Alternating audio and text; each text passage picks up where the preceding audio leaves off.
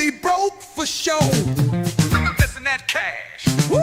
Buy low, sell high, that's his command. Made a meal before lunch, now he flexes on demand. Bell-bottom suit, shoes, crocodile. Even the SEC wanna copy his style. They wanna be him. Woo! Wall Street wolves try to step to his door.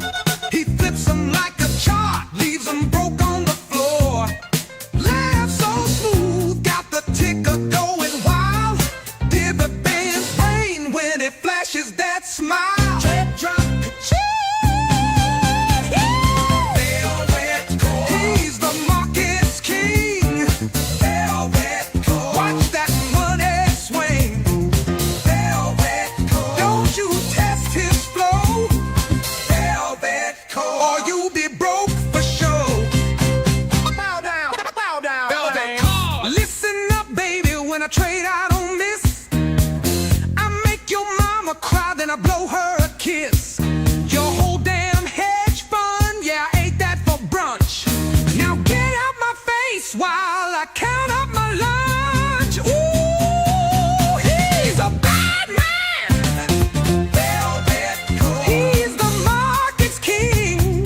Velvet Kohrs. Watch that money swing. Velvet Kohrs. Don't you test his flow. Velvet Kohrs. Or you'll be broke for sure. Broke for sure. Bow down. Bow down.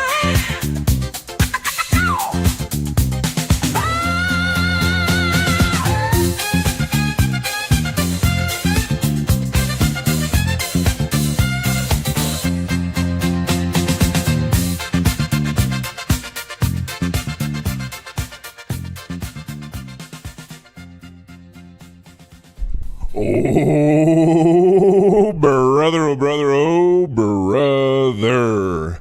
Good morning, good morning, good morning. Happy Monday. Happy September the 15th, a.k.a. a tendy-making day. Folks, I don't know if you've seen what's going on. I don't know if you've been paying attention to the update videos, but it looks like your boy, good old fat Barney here, is going to be able to smash that cash register. A little bit of cha-ching. Now, first of all, my apologies. It turns out I broke my camera, so I quickly had to get this one working. I don't know what happened. I think Piper knocked it down over the weekend, but something wasn't working, so I didn't realize that till I tried to turn it on and get ready for the show. I was like, oh, that's a giant crack and a lot of black, so that doesn't seem good. So my apologies for being a little bit late, but alas, don't you worry.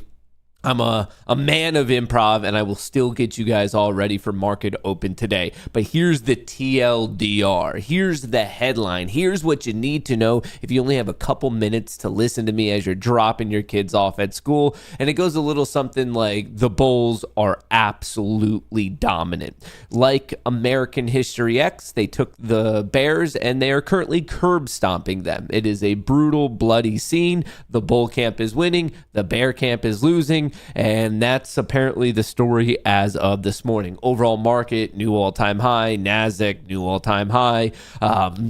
Bitcoin and the Russell kind of going flat. But really the ticker that's looking real good is Tesla. Ticker symbol, me. TSLA is ripping. And as many of you know, those of you who have been even lightly paying attention, I've been screaming this from the rooftops ever since September 5th. It is now the 15th. So basically for the past 10 days, I've been telling you, Tesla, Tesla, Tesla, Tesla, Tesla. I like the look. I like the odds. I like the structure. I'm putting my money where my mouth is. And you saw on Friday that I was doing pretty well. I didn't close out anything into close on Friday. I was even better than when I left you. And as of this morning, because of some breaking news related to Elon Musk buying $1 billion worth of his own stock, we are looking even better. So I'm very, very excited about that. And if anything, I'm excited for you. I'm already seeing the comments this morning that a lot of you have been making a lot of money off of it. And obviously, I'm stoked when I do well in the market, especially because from June till now, things have been a little bit rocky. But it makes me even more excited to see that you guys are starting to connect the dots, not only looking at the price structure, but the momentum, reading the options flow, interpreting the news, using proper risk management, and letting your winners ride, and just really going for that trophy fish. It makes me so incredibly happy. So really, to start today off, I'd like to say congratulations to you, because I know some of you, especially in the Discord, are crushing it in the overall market. I know some of you are crushing it on individual names such as Open, such as Palantir, such as Tesla. So really, to kick this week off, because not only is it like just a crazy week with VIX expiration, OPEX on Friday, FOMC on Wednesday, we have some retail sales at a certain point. We have a lot going on. So basically, to get rocking, congrats to all of you. So my goal this morning is to kind of give you the taste and the flavors of the week. Then we're going to dive into some individual equity breakdown. And then obviously at that point, the bell should be going dingity ding, ding, ding. They should let all of us degens into the world's largest casino. And we're going to see if we could hit it on the old slot machine today.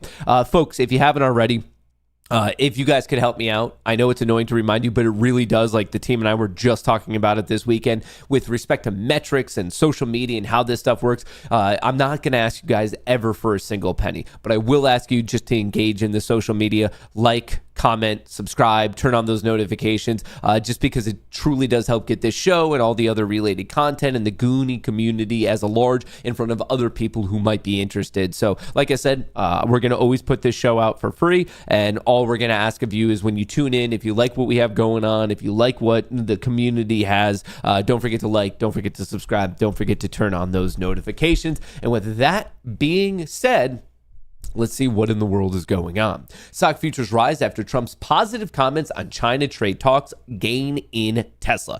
So there's quite a bit to actually break down this morning, but what you need to know is we hit an all-time high on Friday. Basically, right into power hour, we hit 6,600, which was a huge gamma level. There was a lot of open interest there. We hit it right in the final portions of the day, and then very quickly vomited. Why we quickly vomited is basically because everything right now is seemingly controlled by zero DTEs, and you could see right around really the start of power hour, people started to puke their zero DTE calls. It dropped the delta value from about 4.3 billion down to flat. They had to close those out, and as you unload all of that, especially because you're so close to expiration, you have a huge impact on gamma. This means all the market makers had to unhedge. So it was momentary.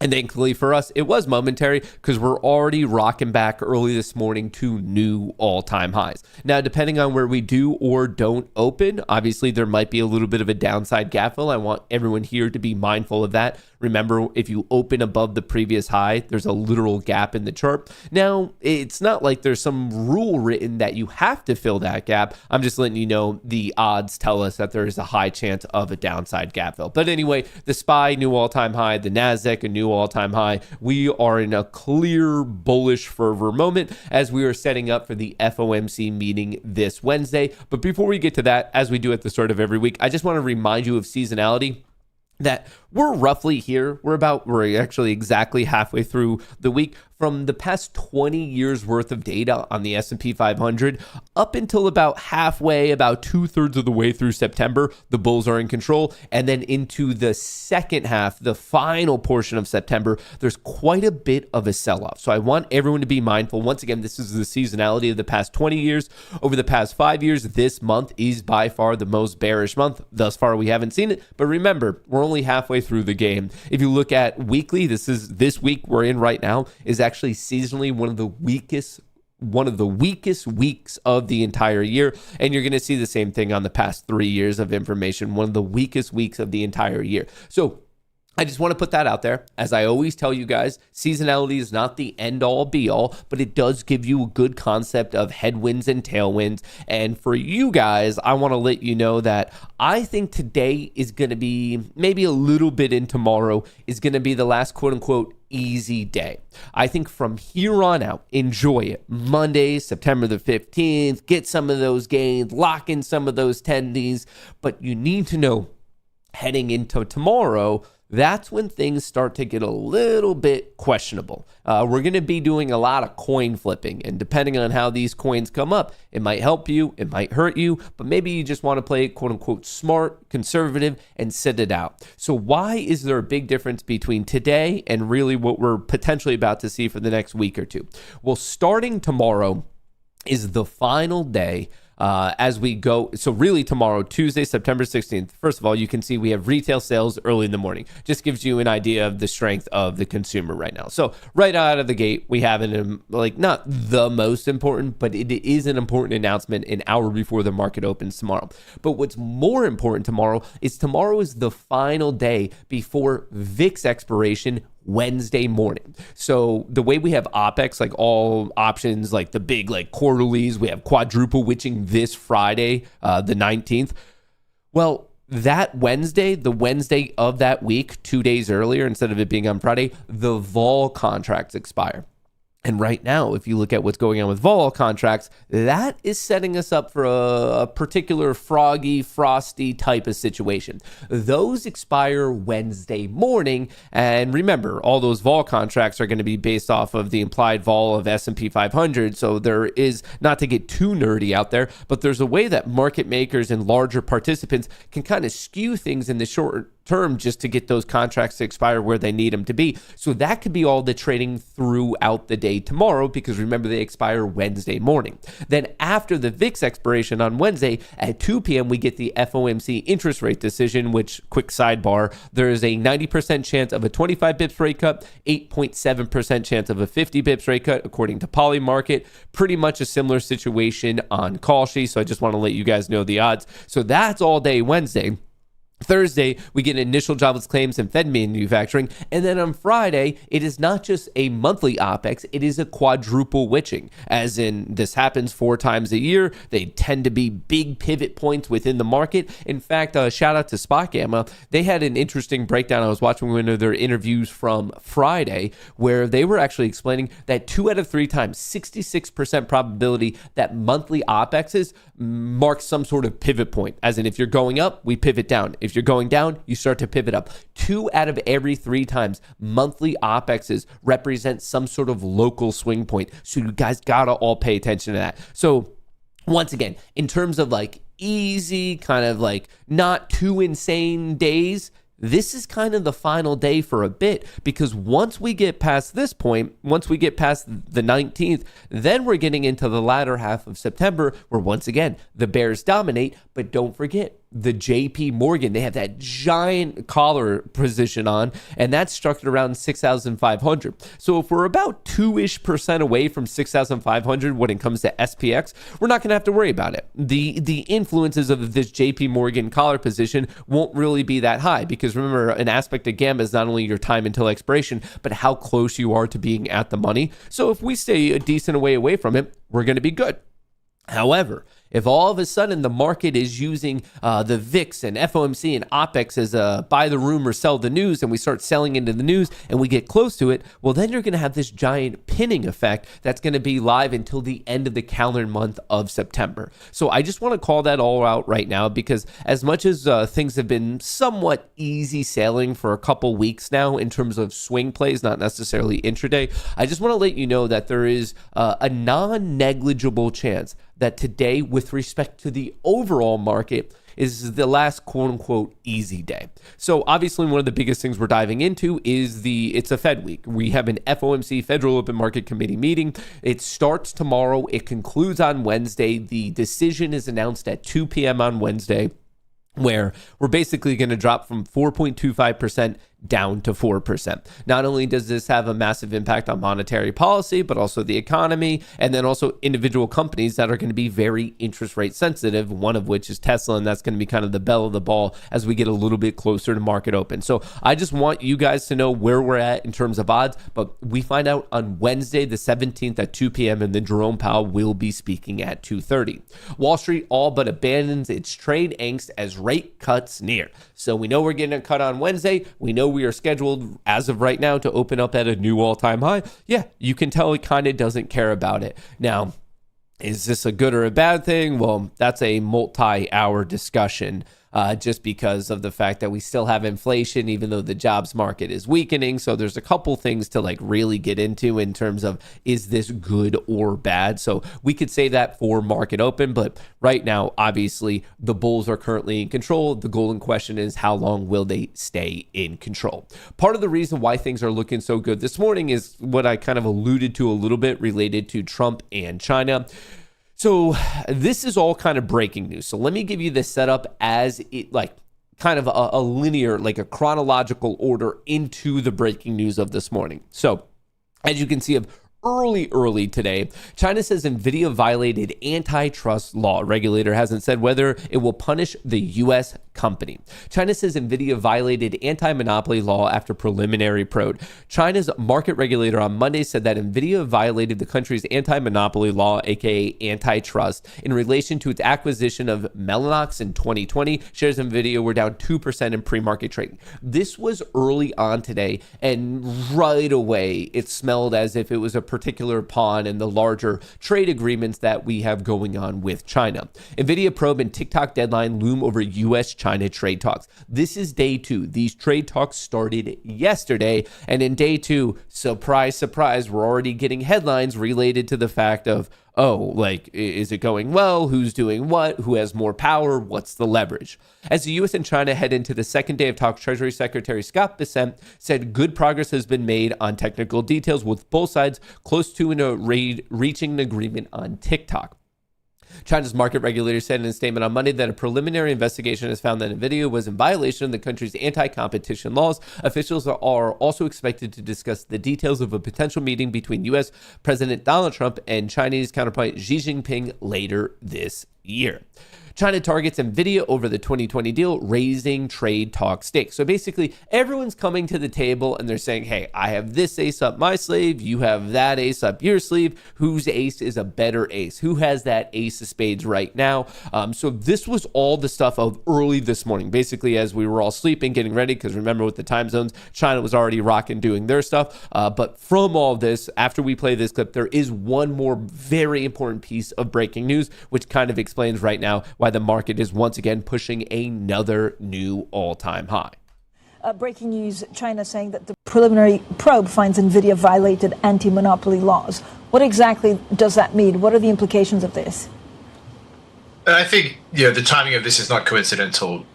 The Chinese have launched 2 investigations over the weekend looking at the semiconductor sector. They've also just announcing this NVIDIA news as I came on to air. So it's very unclear what this is actually going to mean for NVIDIA.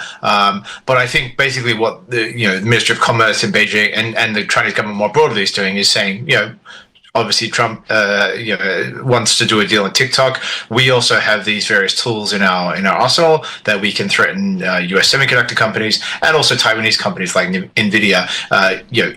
You should, the U.S. should be trying to make a deal with us in Madrid on what is being negotiated there right now. Obviously, you're seeing it's much broader than the semiconductor sector, though. China has made no purchases of soybeans so far this year. Usually, by this point, the Chinese COFCO and the other state-owned commodities companies would be out buying soybeans as the U.S. is starting to harvest those. They haven't done that this year. That's another tool that that Beijing is holding over Washington's head to try and force a trade deal, to try and force a reduction in tariffs. And I think all of these different investigations by both sides is an attempt to put their thumb on the scales in those talks and try and get a better deal for each of them. So what it actually means for any individual company, it remains to be seen. All right, so classic trade negotiations. Everyone's seeing who is the stronger player, and that's what's playing out. But right here, China pushes for Trump visit as high-stakes trade talks begin. Fate of TikTok and U.S. also sits at the center of U.S.-China negotiations in Madrid this week. So this was all the news basically up until last night, early this morning. But we did get, literally right before I started the show, we got this right here. Trump implies that TikTok deal has been reached with China. Will speak to Xi this Friday. Folks, do you see how this week is setting up? Do you truly appreciate the fact that tomorrow we have retail sales? It's the last trading day before VIX expiration on Wednesday, followed by an FOMC meeting on Wednesday. Then we go into Friday, which is going to be not just a monthly OPEX, it's going to be a quadruple witching, as in everything aligns. It happens 4 times a year. And Trump is going to be talking with Xi, the president of China. Like I said, this is going to be the last, I guess, quote unquote, I'm referring to it as an easy trading day. That's not necessarily the perfect word for it, but you understand what I mean. This isn't going to be the last trading day where we're all looking around and be like, yo, what's about to happen? And we're actually seeing that where on Friday, I saw the VIX got down to or the implied vol got down to 5. Right now, VIX is absolutely nothing. And remember, the market's like a pendulum. We go from periods of consolidation and not much happening to periods of expansion where a lot of crazy stuff happens. And it does feel at this moment that we're at one absolute extreme of the pendulum. So I just need everyone to be prepared. Now, obviously, that's all pretty much with respect to the overall market. Now I want to talk about one particular equity that goes by the ticker symbol TSLA. Closed out the day on Friday at 396. Currently trading at 424. Tesla is up 7%. And on that note, it's where I would like to say how to stay humble when you're always right about everything. I have been yelling at everyone who is willing to listen that I really, really like the setup of Tesla. If you look at what's going on, last night, before the futures market even opened, effing Rip City, price prediction, open Palantir and Tesla. Shorts RF, Tesla short prediction. Shorts are about to be destroyed. Folks, this is just the update videos, no less what I've been talking about on stream with all of you, breaking it all down. And yeah, I'm going to rub it in everyone's face because I rarely get something like this big of a move that right. So of course I'm stoked. And what you need to know about this, of why it's up even more beyond the price structure, momentum, options flow, is Elon Musk is making some big moves. Tesla shares gain after Elon Musk purchases 2.6 million shares worth about $1 billion. Kind of interesting that the guy running the show could buy $1 billion of his own company and it increases the market cap of the company by $100 billion. That's a pretty good return, wouldn't you say? You buy $1 worth and you get $100 return. Like I said, he buys 1 billion, 2.6 million shares. Technically, I think 2.57 million, 2.57 million shares worth $1 billion. Market cap up by 100 billion. Absolutely ridiculous. Elon Musk buys Tesla stock on the open market for the first time since 2020. I believe the last time he bought was specifically February of 2020. He bought 1.9 million shares on September 12th. The prices were between 371 and 396. The total cost was 736 million. Seems like Elon thinks the S-curve for Tesla aren't far away. So it's up a lot. That's why Tesla's up. I'm very excited. As many of you know, I put my money where my mouth is, and I actually didn't take any of the profits on Friday. I got into this play on September 5th. It cost me $12.3 thousand. As of market close on Friday, remember, the options market is not open until the next 2 minutes. I was up $44,000. Based on this, it should be another 30-ish K. So I'm expecting this to read around the realm of $75,000. Not bad for one trade. I was already up 358% as of market close on Friday. So I'm very excited about that. No less that I'm also somewhat crushing it on these other positions. SPX, I got out of half of those. I'm up 101%. Palantir, BITX, IWM. It's the small cap sector. This is the only one that's currently hurting me, but very, very excited to see how this all plays out.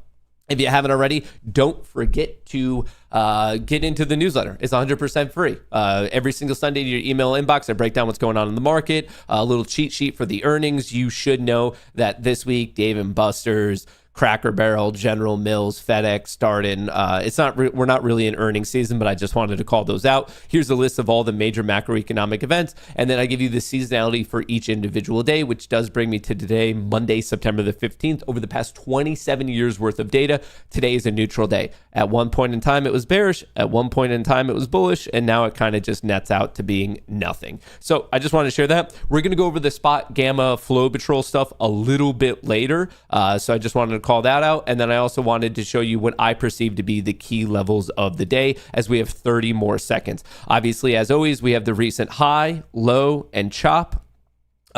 Then the yellow lines are going to be your major open interest levels. I'm looking at 6615 and I'm looking at 6650. Obviously, that's my reach target all the way up there. And I should probably start to think about managing a couple two tree of my positions, if I'm being completely honest with you. So we're going to see how market opens for me. But at this point, given everything that's going on and the structure of all this, it's about time I start hitting the cash register a little bit myself. What's this going to update to? Come on. All right, we are going to sell 8 of these at 64. 63. Do I hear 63? What do I want to sell them at? 62, 60.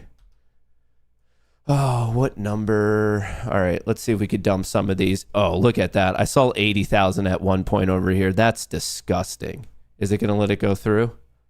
Done. Can I get out? Can I lock in? I have 15. I'm trying to dump 8 of these. I put in my order, I believe, at 63. The volatility is kind of going a bit nuts. Look at that. A $34,000 gain in one day. 78K.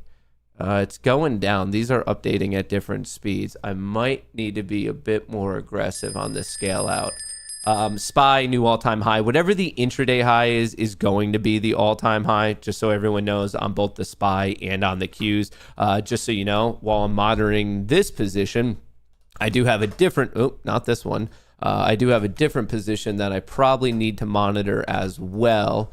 Hang on, where's my SPX? I'm also in this one. I used to have 7 or 8. I'm now down to 4. I locked some in, and that was just because of Friday. I didn't know about the weekend risk, so I might need to be a bit mindful of that as well. And you know what I'm going to do is, in the event that we touch 6615, I'm going to scale out of some of those. So I just set an alert there. Once again, this is for the S&P 500. How's Tesla going? All right, did it bounce back? Did I get my fill? I did. Okay, sweet. So I can breathe a little bit easier. I locked in half my Tesla. I had 15. I'm now down to 7. I'm up 663% at this point. Like, literally, this was a 12K position. Now I'm down to 6K, and I'm already up. I mean, I was up $80,000. And really, this is gearing up to be a 100K day for me. In all reality, if I can lock in, so I've already locked in 40,000. Here's another 40, so that's 80. And then here's another 20. I could actually end the day right now and be up $100,000. That's fucking unreal. I don't know the last time I had a 6-figure day. It's been a couple months for sure, maybe even half a year. It was probably April the last time I had a 6-figure day. So it's definitely been a couple of months. That's fucking insane. It's insane that there's a mechanism that allows you to do this in this world. Like, truly, truly insane. I was watching Apple because it looked really good. Obviously, Tesla's the belle of the ball right now. Let me see what else is going on. NVIDIA, I got an alert there. It's kind of getting hit with, like, it's in the middle of this whole China-US type of stuff. Hit 425. Like I said. Okay, for those of you who are interested in key levels, let me tell you this. On SPY, 657 is support. 662 is an upper target with a reach target of 664. On the Qs, 587 is your support. And then 591 and 592 are your target. And if you happen to be trading IWM, 239 is your support, with 242 being your target. If you're in on Tesla, you have support. The major support is at 400, but you have a little bit of support at 415, and you have an upper target at 430, followed by 440. And if you happen to be in Palantir, basically, it's trying to get over the hump at 175. 175 sets up a realistic target of 185. So I just wanted to get those out there so you have the levels. You saw that I did a little bit of management. In reality, I want to see this 6615 hit. Obviously, we have support at 6,600. So I would love to take in some of my profits there, because on this SPX play, I am double dipping. Not only am I up the 19K there, I happen to also be up an additional, where am I? Right I don't know if you guys can see this, but I'm up another 12K over here on my other account. So on both of these, I scaled out half right at market close on Friday, and I'm swinging the additional half to now, and I wouldn't mind locking in a little bit more of this today. So I have 12K on that SPX position, 18K on that position, and 40K still on this Tesla position. I am in IWM. That's not looking the best. I am in on Bitcoin as well. That one's also not necessarily looking the best. Oh, hang on. Add alert. I need to get some alerts up. This is, some days I know I don't really have to manage anything and I could just kind of let the market play out. Today is a day where I actively know I need to manage shit. Like actively know I need to handle a lot, especially because of all the details I just gave you of what in the world is going on basically starting tomorrow. And I'm not saying that this is the highest probability pathway, but there is a non-zero chance that from here onward, there might not be the best opportunities until the start of October. There might be like a weird 2-week-ish low, depending on how things break, where it isn't necessarily optimal risk to reward setups with everything else aligning. As we're waiting to see how things play out, I should let you know I haven't traded anything. I have all my Apex accounts. I have my Tradeify accounts. I have my Take Profit accounts. Those are going to turn on past 10 a.m. I assume they're going to be looking for bullish opportunities, but you never know. Icarus has a mind of his own, so we're going to see. But I just want to let you know all these accounts are up $3,000 and all these accounts are up 1.7. So I have 550K accounts, and then I have 22 150K accounts. So haven't traded yet. Obviously, we'll be coming back to that. We'll see how that's playing out. But in reality, I'm watching my Tesla position locked in 40K. We have another 40K running. And my goal right now, or what I would like to see, is can it actually get above 425? Can it test 430? Obviously, one particular helpful thing might be tracking the flow here. And speaking of the flow, I want to give right here, someone's taking some profits right now on Tesla. A little bit of profit taking. Yeah, you could see right here, profit taking on Tesla. Oh, do I want to get out of this right now before there's too much profit taking? I kind of wanted to wait till 10 a.m. I wanted to give it a second to settle. But if people are running for the exit before me, that's not necessarily what I want to be seeing right now. Well, while we're waiting for this to play out, shout out to Spilled Bong Water. Right before market open, he was actually saying that due to this Tesla play, it's going to be the biggest gain of his trading career. So I think that deserves a little bit of a round of applause. Here. Shout out to Spilled Bong Water, SBW, biggest trade of his career. When you lock that in, let everyone know. Let's celebrate these gains together. It's not like they come that easily, so we got to be stoked when it actually plays out. Congrats to you. Seriously, that's so sick. That's so awesome. And I know there's many of you who right now are absolutely crushing it. And seriously, a massive congrats to you. I would argue that this market has not necessarily been the easiest market to trade by any means. So huge congrats. Huge congrats. All right. What's this Tesla flow? The Tesla flow is just profit taking right now. Motherfucker. It is profit taking. Oh, see ya.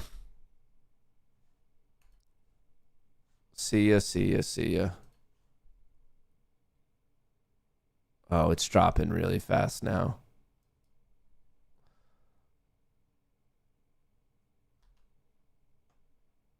Can I get out at 60 maybe? Will they let me out at 60?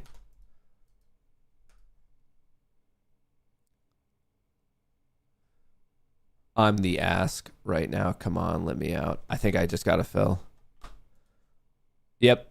Out of Tesla. All right. Just because everyone likes to. Accounts, types, no, dates, current month, status, completed. All right. And then how can I search Tesla? All right. I want to show you guys how this all played out. I am completely flat right now. So right here, Tesla. Oh, I forgot about this. Okay, so Tesla was actually a kind of a multi-part. So it started for me on September 5th, 9:30 in the morning. I got into 12 contracts and they cost $830. Then I bought an additional 3 at $790. So 12 at $830, an additional 3 at $790. So between these two, the initial play was $10,000 it cost me. Then there was another 2.5. So I'm in for 12.5. This overall position was a 12.5K position. Then I scaled out for 50 and for 42. So 92,000 cost me 12. So I made 80K. That was you just saw it lock in $80,000. I just made more than the average American family. That always blows my mind. I'm not really saying that as a braggart. It's more of like just out of pure astonishment that from September 5th to the 15th, in 10 calendar days, I turned 12.5K into 92, netting $80,000. That's fucking nuts. And there it is. You guys all saw it in real time. You saw me calling it out as this was happening. This isn't Monday morning quarterbacking. If you've been in the show, you've seen the position since day one, since day two. You've seen the update videos. You've seen the breakdown. This isn't like me turning it around and be like, hey guys, just so you know, I secretly did this and I've absolutely crushed it. No, you've seen every single step of the way. You've seen that $80,000 locked in, and that just blows my fucking mind. It blows my mind. Look at that account. I do want to... Wait, I need to manage this as well today. All right.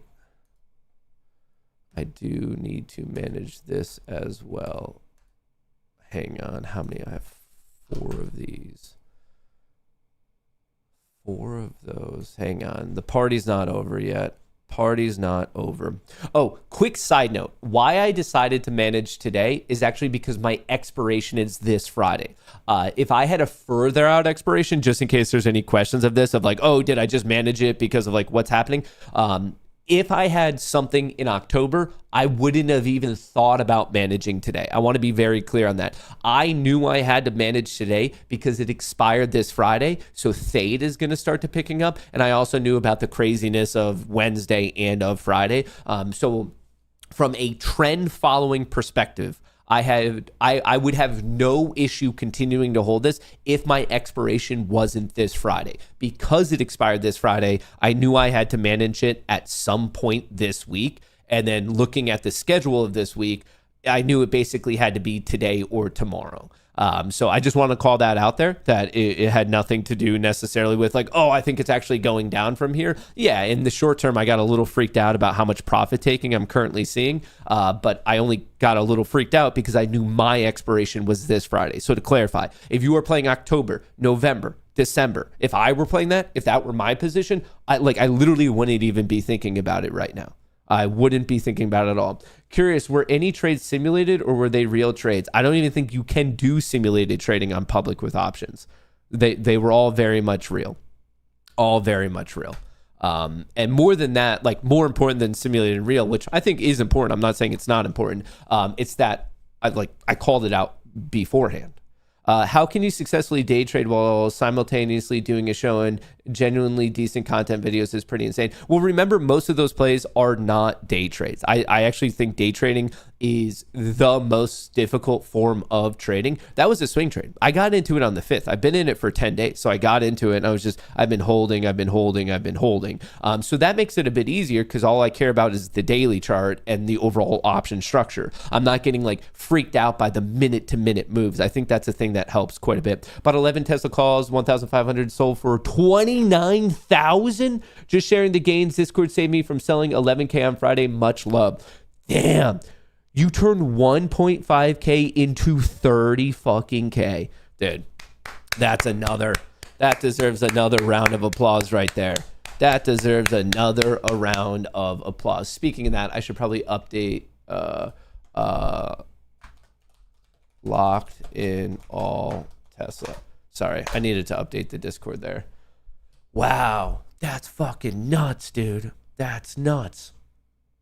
IWM, not looking the best. Bitcoin, not looking the best. Tesla, it's a nice gain, but it is definitely given some back. Palantir's curling up. I'm liking that. Remember, the real breakout level on Palantir is 175, setting up a target of 180 5. Tesla was having a good morning, now getting hit. Meta is actually looking good. How's the daily chart on Meta?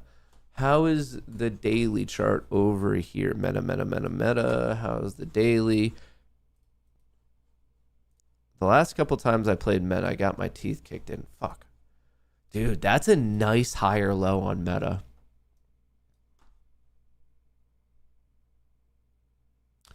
That is a nice higher low on Meta. All right, let's do a quick breakdown on Meta. There might be a deeper opportunity here. Currently trading at 762. Let's do an analysis of Meta, see if we like the risk reward, see where the opportunity is. Currently trading at 762. So there's that's not the best. There is resistance at 65 and 75, and your major support's at 45. Oh, I really like the technical setup, but I'm not loving the option structure here. I'm not loving the option structure. Oh, that's a bummer. That's a bummer. Knowing my luck, it's going to break anyway. I'm just not... Like, how much, the question is, like, how much upside really is there? 65. I don't know if the risk reward is worth it. It could just be getting rejected right here. People are playing this breakout level. And of course, if it breaks, then you have the upside gap fill to 781. But in terms of what people are playing, there's not that many people playing it. Some people are playing 795, but they're selling those calls. I'm not really seeing aggressive bets on Meta. I don't like it. I like the technicals. I like the price action, the structure, but I'm not liking how the gamma structure is. Your support's pretty far away and there's resistance pretty close. I wish it were better. I very much do. Unfortunately, it's just not there as of right now, but it is looking strong intraday. Tesla profit taking. Well, I'm happy I got out before profit taking, which is to be expected in crazy situations such as this. The next thing I'm personally looking for, once again, is this Tesla 6615. Why I'm looking at that is because it is a very clear fucking gamma level of the day. 6615. It is a 99 percentile gamma reading. A 99 percentile gamma reading is 6615, which is exactly why I have it marked out as a key level. I also have, well, these are wrong. My apologies. All right. I always like to mark out the pre-market highs and lows to see where we're at. So obviously we hit a pre-market high at 920. The high from 920 to 930 was the high. And we've broken above this. This is a new all-time high. Just to remind you, on Tesla, or excuse me, on SPY, the next upward target is 662, $2 above where we are. And then on the Qs, it is 591, so $1.50. So I think the SPY can reasonably go another $2. I think the Qs for the next gamma level of interest, at least as of market open, in my book, and whatever, maybe I'm right, maybe I'm wrong, is about another $1.50, 591, 592-ish. Palantir, I love this climb. Tesla, it's profit taking. This is not bearishness. Look at the orange is all expiration calls put together, and the green is the expiration for this Friday, as in people like me who had all the calls for this Friday, they're locking in their profits. The positive delta is removing. People are selling calls. They're not buying puts. People aren't betting against Tesla. They're being reasonable and saying, dude, when something gaps up in excess of 5% and adds $100 billion in one overnight session, basically, that, okay, time to lock in some of these gains. It is not fresh bearish bets. It is people getting out of their bullish positions. So this can bottom and can easily recover. I'm just letting you know what's been going on from 936 to now. I try to give it a chance. I try to say like, okay, like I hated these bars in here and that's where I locked in. And I could always re-enter. That's one of the beautiful things. You don't have to hold on to it. You could always get back in. But yeah, measurably what is happening right now is a bunch of calls selling. It's probably selling to close, but it could be technically selling to open, but it's most likely selling to close. From a daily chart perspective, there is a giant downside gap fill now. Actually, we gapped above a different gap. And to show you something that looks similar, okay, so we're going, giant gap up. There's a downside gap fill. Does anyone think it maybe looks a little similar to this? We're going up, giant gap up. Can't really hold, and then like you just have to wait a little bit for it to restabilize. So I'm not saying that's how Tesla's going to go, but when you see these giant gap ups, like you should be mindful of the fact that like, okay, sometimes weird stuff can easily happen. So maybe you just want to lock in and wait to see how things are established, especially when you have close to expiration. Once again, if I was on Oracle, if I was in Tesla and I had a November, a December, a January call, I wouldn't be touching it right now. There's no way if I was in a November, December, January call that I'd be letting 10 minutes of action decide what I'm doing. No way, no way, no way.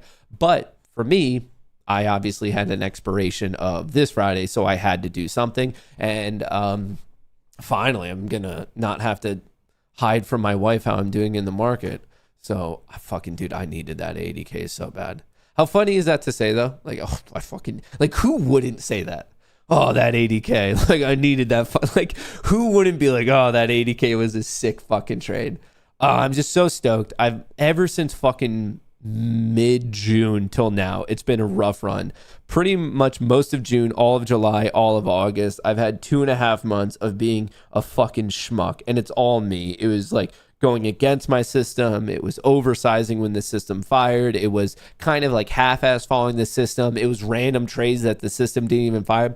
And it all started out like in June, I was following all the system trades and they just didn't work well. So then mentally I went on a little bit of tilt, and between July and August, it just ramped up. I started oversizing and doing stupid things. And I was like, what the fuck is going on? And I was giving way too many of my gains on the year. So basically halfway through August, or really at the end of August, I was like doing my monthly breakdown. I was like, dude, you got to fucking chill. So basically I cut my size in half, went back to only following the system, like doggishly, slavishly, only following the system. And that leads to this now. Like, so stoked. Matt, did you bet on the Canelo versus Crawford fight? No, but I did bet on the Eagles versus the Chiefs, and I always bet on the Eagles, so I was stoked that they won. I was stoked that they won. All right, we're getting going. The Qs are ripping. The SPY is ripping. We're getting close to my level here. We're getting close to my level right here. We're getting close. All right, so that's up a nice 21,000, and then this is up a nice 15. So if I lock in right now, it's officially a 100K day. I locked in 20-ish K, maybe 15K. I locked in a little bit of money on Friday as well. But in terms of like for one individual calendar day, it's going to be a $100,000 day if I don't completely fucking butcher this. As long as like I stick to the exact system, don't let human emotions play a part, just play it exactly how the system calls. Play it exactly how the system tells me to do it. Tesla's showing a little bit of life. The call selling seemingly for now has taken a breather. This is just specific to the options flow on Tesla. A little bit of a breather. It might dump again. People might use this bounce. They might use it as a buying opportunity. They might use it as a selling opportunity. I don't know. I could just tell you that 420, LOL, is a potential key reaction level. So watch 420. And also, I want to remind you that over the past 2 to 3 weeks, we kind of always knew this, but right around 10 a.m., there seems to be interesting pivots in the market. And that phenomena recently seems to be a bit more pronounced. So I just want to call that out because we're about 7 minutes out. How's fantasy football going? I'm pretty sure everyone in my league is cheating and conspiring against me. It's actually to the point that I have tertiary evidence that I think they are playing off my actual players in real life to do poorly for me. Like it's so statistically fucking horrible. Why in my leagues am I the guy with Joe Burrows as my quarterback? Why am I the guy with Brock Purdy who has turf toe? They're literally making up injuries to sit my players out. Turf toe was not a thing, and I don't give a fuck what you say. Turf toe was not a thing before I drafted Brock Purdy. I draft him. He's a quarterback for one of my leagues, and then all of a sudden, they're making up issues of why he can't play and get me any points. No, No fucking way. Dude, they're inventing injuries to ruin my fantasy season. And I will not be convinced otherwise. I will not be convinced otherwise. They're literally just anything to ruin it. Anything to ruin it. Dude, you know who else I have? Worthy, the wide receiver on the Chiefs, who his own teammate, Travis Kelce, dislocates his shoulder in the third play of the game, the first game of the season. Like, statistically, what is going on with my team should not be real. Turf toe, crazy. Burrow, some ligament thing he just blew up yesterday. Worthy. I have Goddard, the tight end on the Eagles, who he's out. Like, I only drafted people who are now not allowed to play. That's what's going on. That's it's a team of people you get off the waiver wire. It's insane to me. It's truly fucking insane. It's called athlete's foot. Well, he's not an athlete now. All right. I'm waiting for this level to hit. Once again, why I'm watching this, look at this. It's a giant. You have resistance up here. You have support right here. This is the battle zone between 6605 and 6615. If it can break through this resistance, we might be talking about 6645, but negative gamma here, positive gamma below, positive gamma above. That's why I'm looking for this test of 6615, because there are clearly some noteworthy bets right there. You have a decent amount of long calls, 6.9 thousand, and then you have a call credit spread up at 6640. So I just want to call out these levels, 6615, and then call credit spread at 6640. And let me zoom out one more level to see. Yeah. And then you have all this. Those people are not expecting to be tested at all today. But the market does like a good joke. It very much does like a good joke. Oh, Tesla's doing its thing. All right. We hit a new all-time high today in SPX. We hit a new all-time today in the NASDAQ. We did not in the Russell. We did not in Bitcoin. Tesla, not an all-time high, but also not far away. 488. All of a sudden, that's a pretty nice rip. Yo, do you guys remember when Tim Walz was excited when it was trading at $200? It's trading at $200 and plummeting. Dude, what a fucking asshat. What an asshat. Tim Walz. I bet he actually bottomed it, Tesla. Let's find the date that he said this right here. Let's find the exact date. So May 13th, when was that? Okay, so he didn't exactly bottom it. Well, I don't know if this was posted on the 13th. Wait, September, that was recently. I want to know the day he actually said this, but it's hilarious. Saying on my phone, I know some of you know this on the iPhone, they've got that little stock app. I added Tesla to it to give. Oh, shit. Saying on my phone, I know some of you know this on the iPhone, they've got that little stock app. I added Tesla to it to give me a little boost during the day. 225 and dropping. So all right, allegedly 225 and dropping. The last time we were ever trading at 225 was basically April, late April. So this is the most recent time he logically could have said that, all the way back here. Folks, 225 and dropping. I'll be generous. I'll give him 226. Yeah, just a nice return of 85% since then. Just a little 85% return ever since Tampon Tim was stoked that people were losing money in a stock. Also happens to be one of the largest stock positions in the pension of his home state. Oh.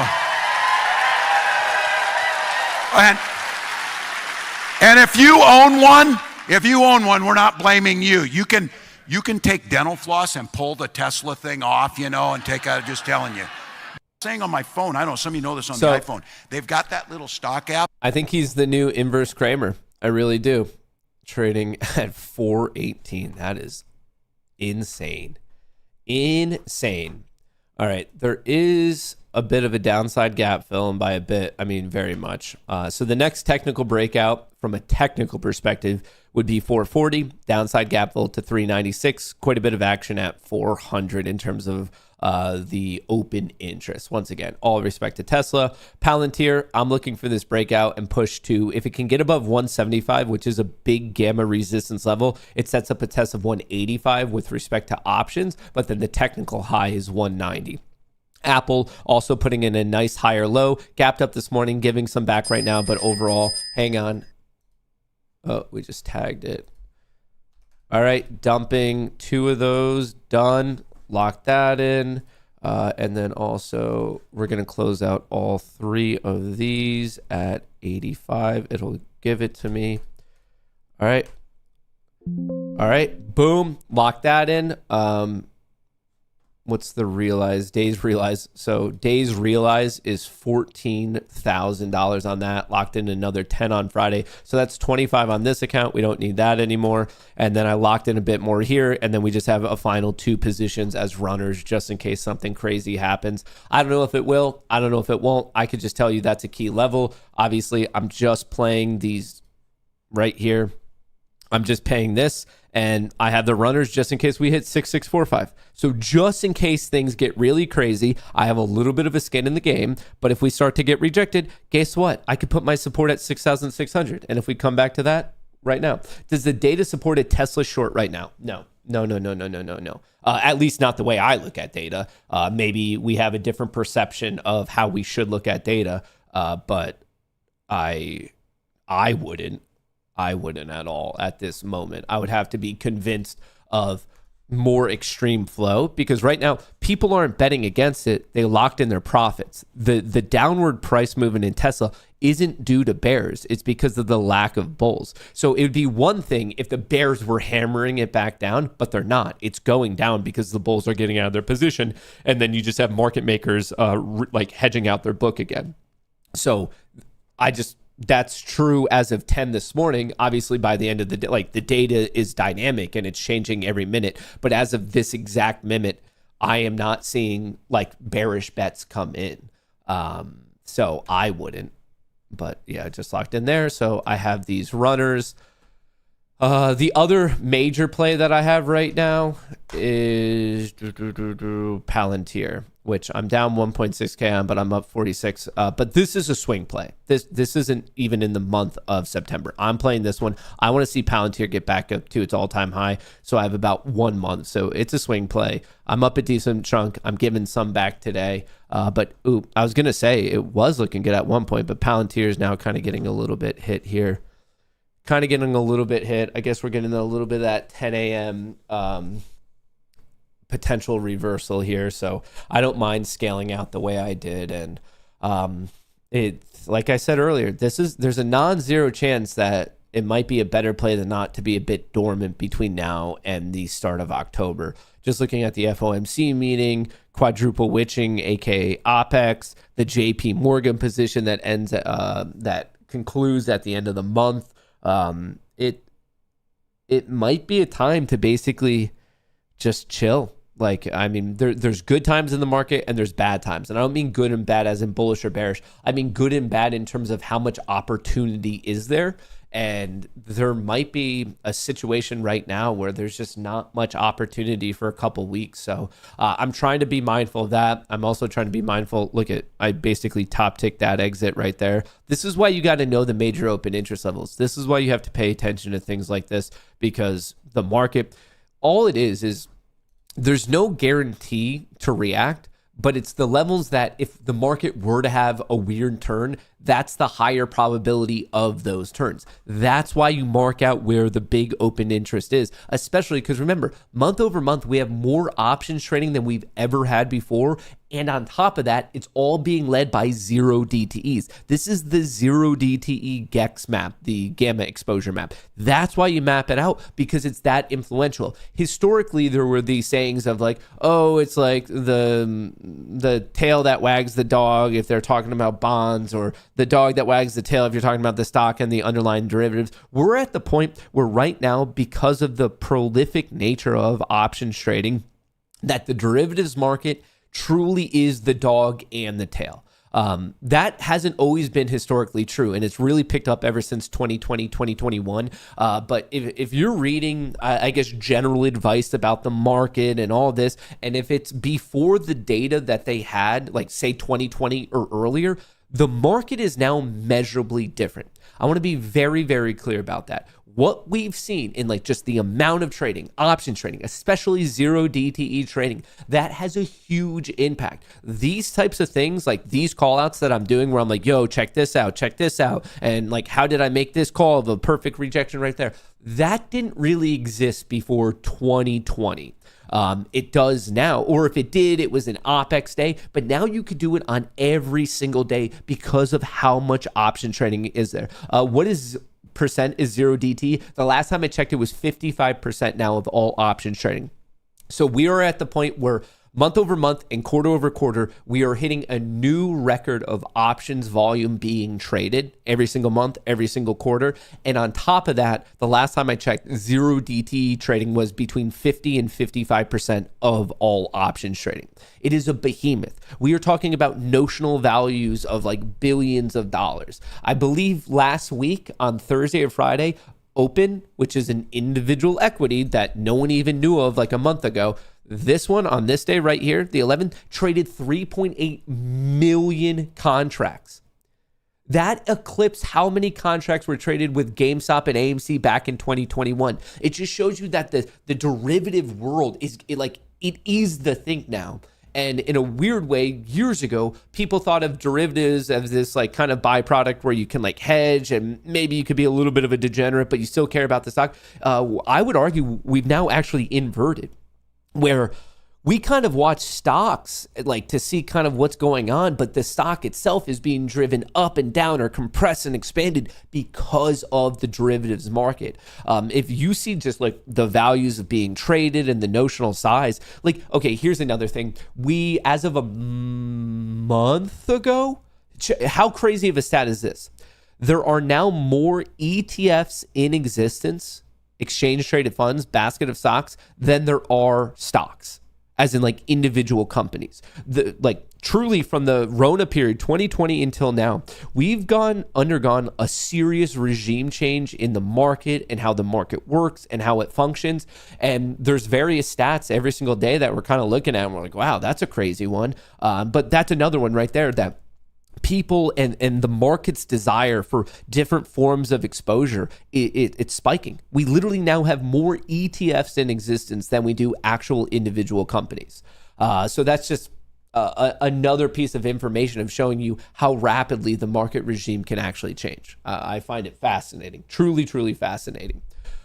All right, here's the Tesla flow. It's bottomed out. So if you were looking to buy the dip or something like that, this would not be the craziest time, especially because if you want to be conservative, you have well-defined risk at 416. And if you want to be a little bit more loosey-goosey with it, you have well-defined risk at 414, 415. Like I said, 415 was an open interest level. I'm not surprised it bounced right there. You could have taken a stab at it right at 415. This isn't my play. I don't need to go back to another bite from the apple. I already locked in $80,000 shown to all of you this morning on Tesla. I don't mind this play just because we went from lower highs and lower lows. You're playing this breakout and maybe you get a larger continuation and you have well-defined risk. You're risking $3 even for a return. Like it's a $6. That's a 2-to-1 risk to reward. And that's just to the intraday high, no less if we go to 430. I really don't mind this play.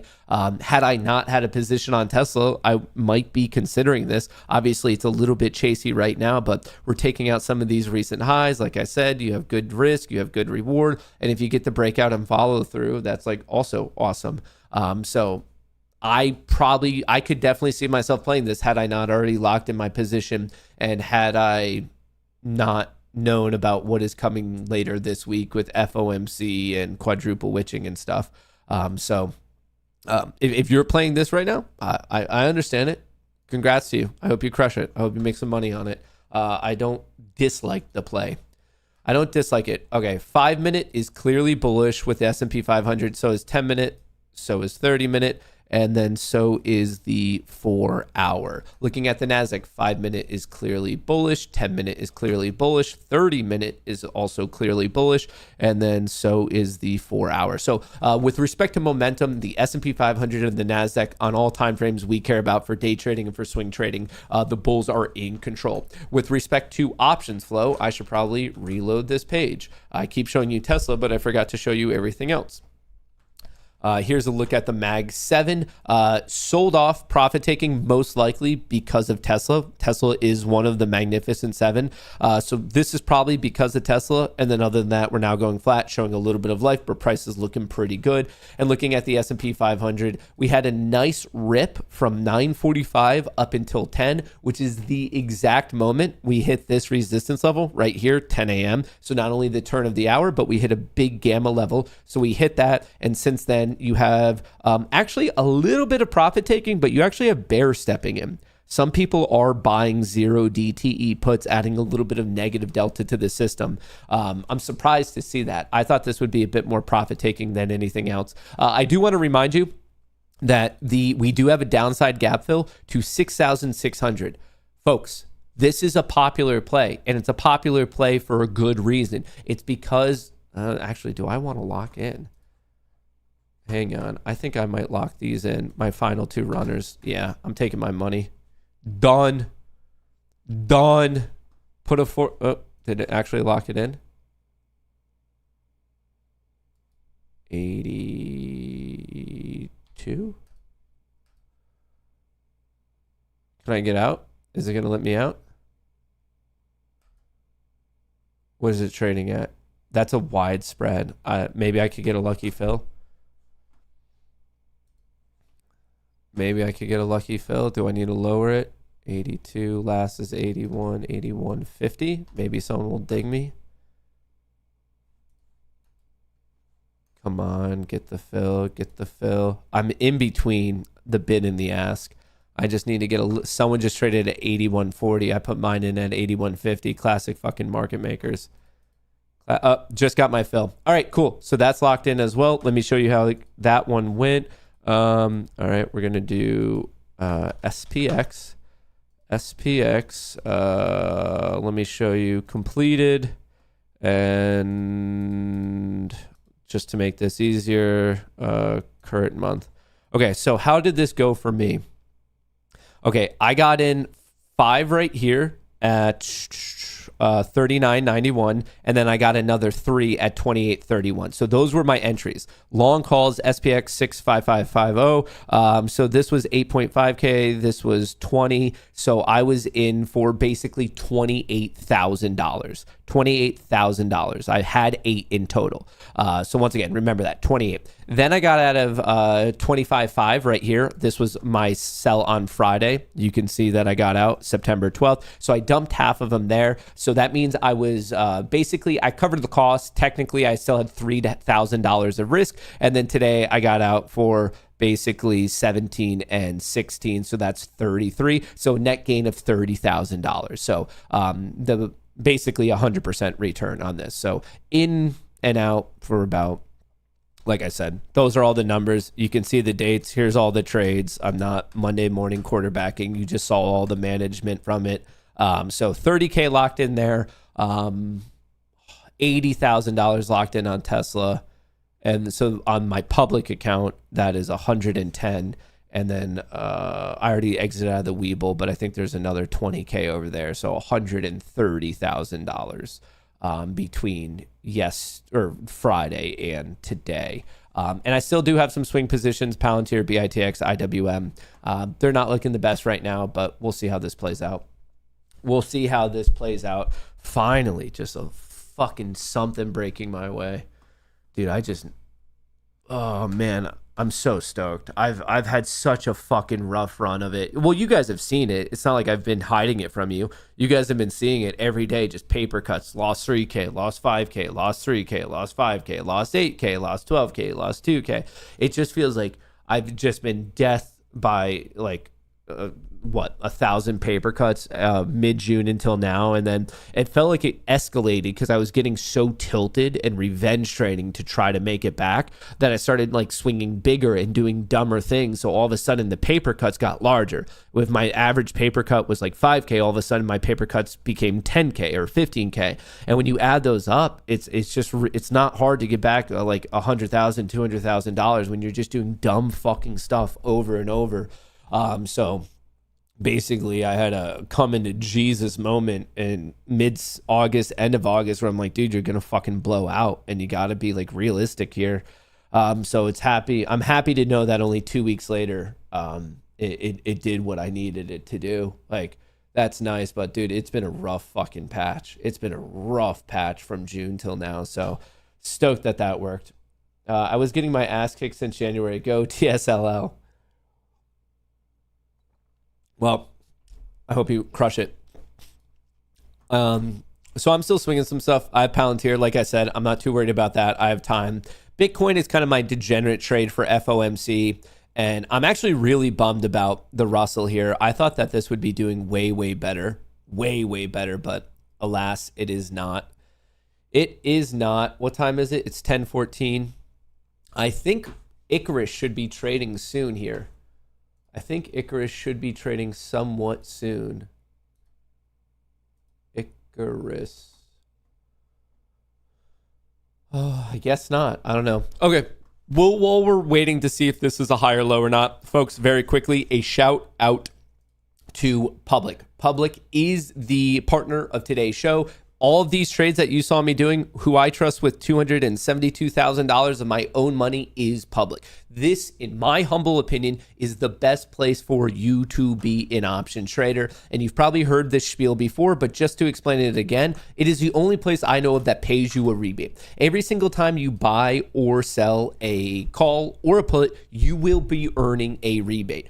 No other brokerages do it. Whatever the most popular brokerages are that you're on right now, that's not Public, ask yourself, are you getting a rebate every single time you trade? The answer is going to be no, because I've used them all and they don't have rebates. So beyond that, there's no commission fees. There's no per contract fees on stocks or ETFs. Yes, they have stock trading. They don't engage in payment for order flow, which is awesome. Yes, they have crypto trading. Yes, they have bond trading. Yes, they have retirement accounts. Yes, they have high yield accounts.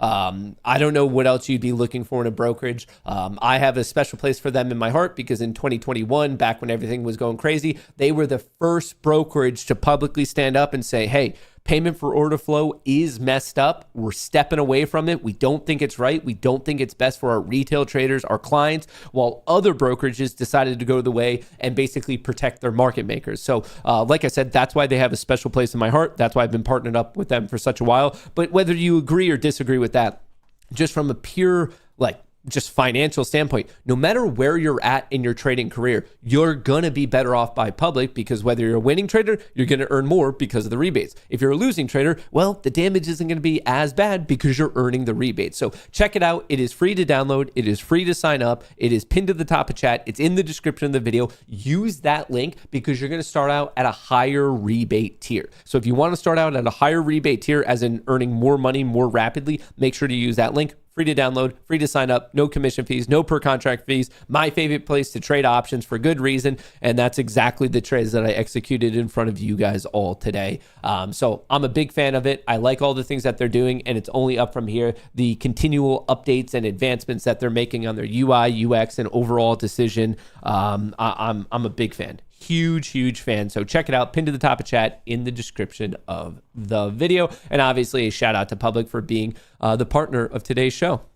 Tesla's actually looking good. Inverse shoulder, head, shoulder. Obviously I'm on the 1 minute chart, so this is pretty zoomed in. The daily chart, all we see is this giant downside gap fill. But on this chart right here, like I said, this was not a bad entry in here. If you went long at 10:05, 10:06, you're in at 10:18, 10:19 risking, or excuse me, 4:18, 4:19 risking 4:16. Risk reward. It's minimal risk versus nice reward. You never know what the next bar is going to be. You, as a retail trader, that's one of the biggest things I think we have to all accept is the fact that you don't know the next bar. whether someone decides to come in and splash the pot and rip us to the high heavens or drop us to the depths of Valhalla. You don't know what the next trader is going to do, which is why basically you want to identify what you perceive to be the overall trend and see if you could take advantage of that with a minimal risk, high reward type of a setup.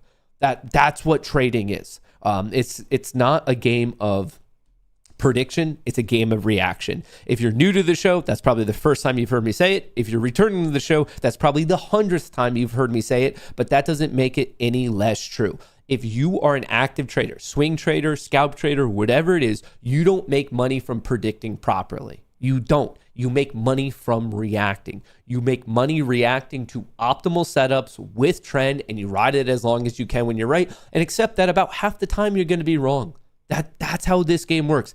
Half the time, roughly, you're going to be right. Half the time, roughly, you're going to be wrong. It's about how you manage it in between and basically follow your rules, follow your system, follow the appropriate bet size. Basically, do the opposite of everything I've done this past summer. If you do that, then you can stay alive long enough in this marathon that is trading to be able to take advantage of particular opportunities such as Tesla recently presented to us, such as what I think Palantir is currently presenting to us. Even Meta, that was the one that I almost took advantage of. I do like the technicals, but the options flow isn't there.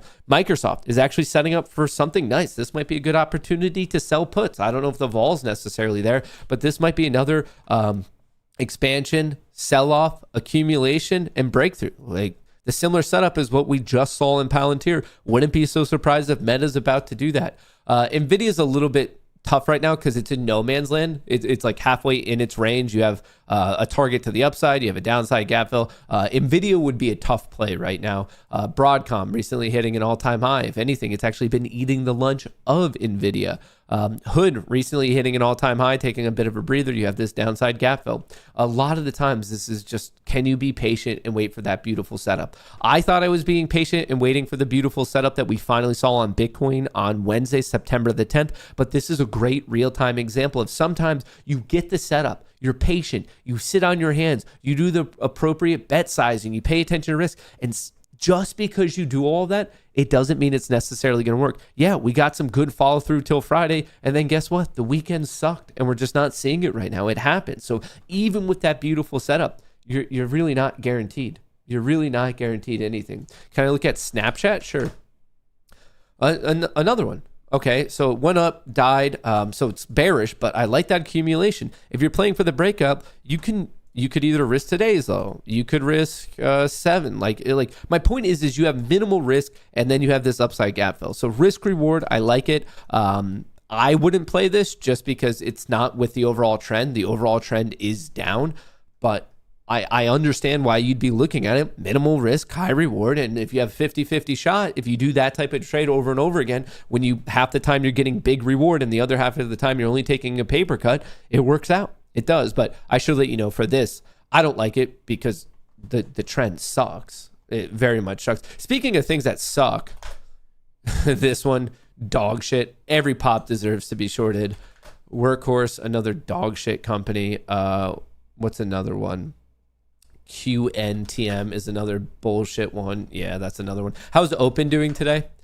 So I did cover Open. It's up another 9%. Geez. I did cover Open in the update video yesterday, but for those of you who might have missed it or you just need a quick refresher, I don't think Open's an investment, but I do fully admit it's an amazing active trade. You could play it actively to the upside, and when I say actively, it's a trade, not an investment. You're trying to get in low, sell it high. When the trend breaks down, you could try to short it and ride it back down. This is an active swing trade where basically you want to trade whatever the trend is because the trend itself has such big percentage moves that if you get on the right side of the percentage move, you can get a big return. But does that mean that I would just throw money into it and forget about it and just pray that it works? God, no.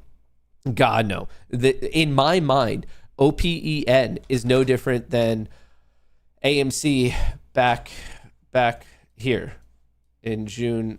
It's no different than this. It's an active trade. You ride it as long as the trend is intact. As soon as the trend starts to break down here, you get out. You take your money and you move on. Kind of the same thing with GameStop. Obviously, at that point, those things had much higher notoriety. But overall, that's all it is. It's an active trend. As long as this trend is intact, you ride it. You go for the meat of the move. You're not trying to bottom tick. You're not trying to top tick. You could be bullish. You could be bearish. Just play the trend accordingly. It's not something that you just throw your money into and then shit post on Twitter and Reddit and like refuse to ever get out. It's an active trade where you need to employ proper risk management. And if it goes enough in your favor, at minimum, set your stop to break even, at least so it's a free lottery ticket play and you're not risking anything. So I think this is something that should be managed actively and not something that you should blindly. What are people talking about? Like how like just don't do anything until it hits 82. It might hit 82, but what if it goes more? Do you want to get out early? What if it goes left? What if it only goes to, I'm just making up numbers, but what if it only goes to 72? And that's clearly the peak and you don't want to get out. This idea of having like a very rigid price target, if you ask me, is idiotic. And maybe I'm right, maybe I'm wrong, but this is also coming from a person who I lived through all of it. I lived through all of AMC. I streamed it all. I lived through GameStop. I streamed it all. I lived through Doge. I lived through Shiba. I lived through work. I've been all this. I've seen all this play out in real time. And there's a very, very evident blueprint of how that stuff goes. So I'm by no means saying you can't make money on open, but what I am saying is if you think this is something that you could pump money into and forget about it and just think that it's going to work out for you, it's hyper dangerous. Hyper dangerous. Thank you, Chaos. Folks, if you haven't already, if you guys could help me out, could you hit that like? We have 1,300 of you currently watching on YouTube. How many do we have watching on Rumble right now? Why is it not? Do I have to refresh this?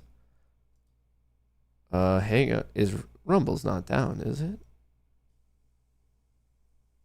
Why is it not? Okay, we have 1,000 over there. Folks, we can pump these numbers up. We could pump these. Oh, there we go. I don't know why. It was just like black. I got like that spinning wheel of death for a second. But hey, if you guys could help me out, I would love it. IWM, a perfect W. I like it. I mean, I already showed you guys. I'm in IWM. If it can hold 239, guess where it bounced? 239. I am looking for 242. 242. Uh-oh. Not so good that you took out that low on Tesla. Obviously, the conservative people, you got clocked. The next level is right here at 415-ish. You want that to hold. We had another round of profit taking. You can see, actually, not only is it profit taking, but some puts started to get purchased. Some people started to fade this price action. Yeah, so a lot of profit taking out of the gate. Then calls went flat, puts went flat. Starting at 1020, more calls started to get sold into that pop. And then on that pop, people started to also buy puts. Interesting. Yeah, that's not looking so good. And in fact, it's actually bringing the Mag 7 down with it. Even the NASDAQ is getting smacked ever since 952. How about NVIDIA? NVIDIA is holding. Palantir is getting hit. Microsoft is looking decent. Apple was hit, kind of flattening out. Netflix, not so good. MSTR getting hit. Meta is flat. Broadcom caught a nice bid. That's actually the strongest one I've seen thus far. AMD is flat. Hood is weak, selling off. IWM looks messy. So for the bulls, the strongest delta flow I'm seeing intraday is these calls. These calls right here. Yeah, longer dated calls being purchased on old Avago. On old Avago.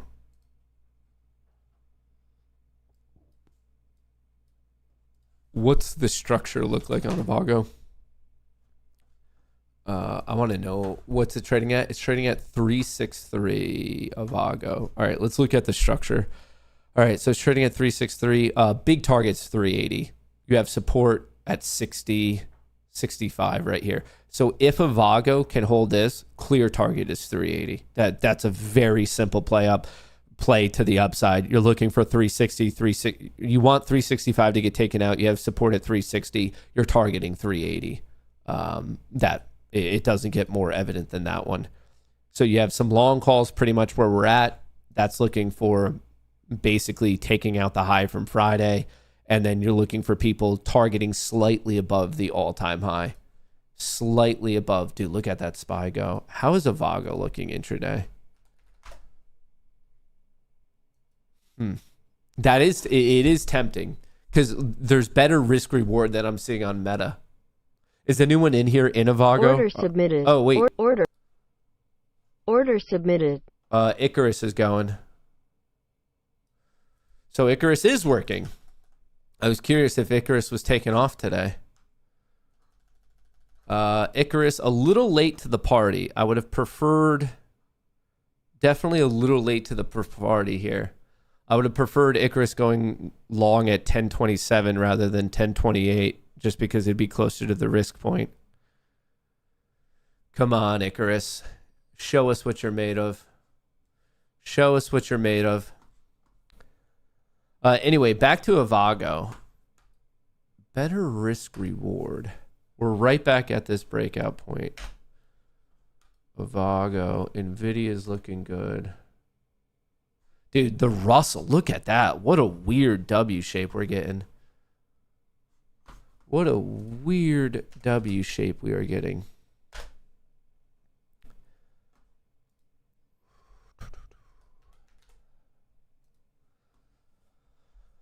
Oh, what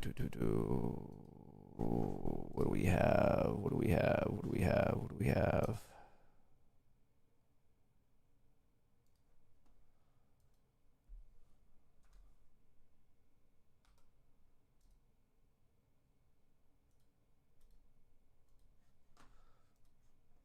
Interesting. All right, if you're in the Discord, I just added a play, so hang on one quick second. Sorry, let me just screenshot that. I added. I should be scaling out right now, but I do kind of like this. I do kind of like this.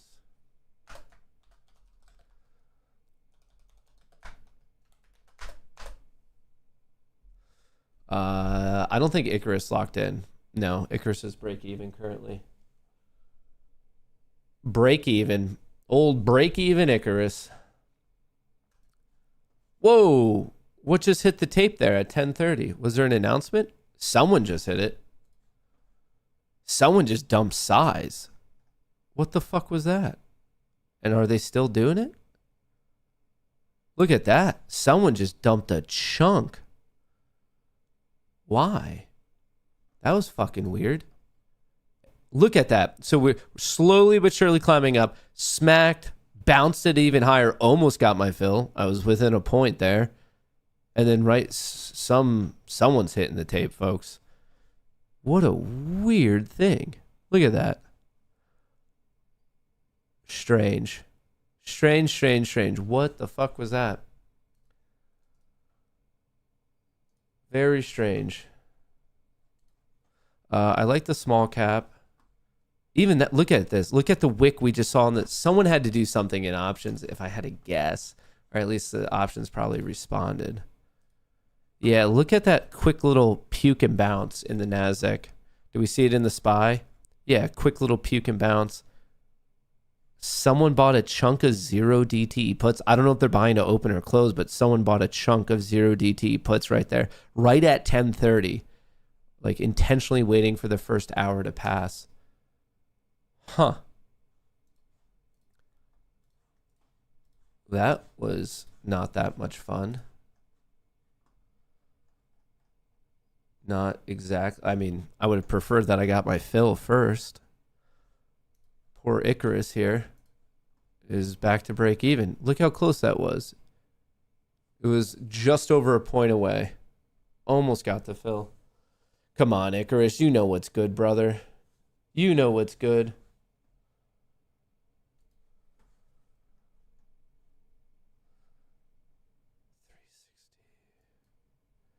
All right, I want to know add alert. We know 360 is support. We know 365 is resistance. Man, we might be seeing a little bit of a rotation in the small cap. We're back at 240. What was that breakout on IWM? We went up to 241. 241, 242 definitely have some open interest there, some gamma levels on, once again, for the small cap sector.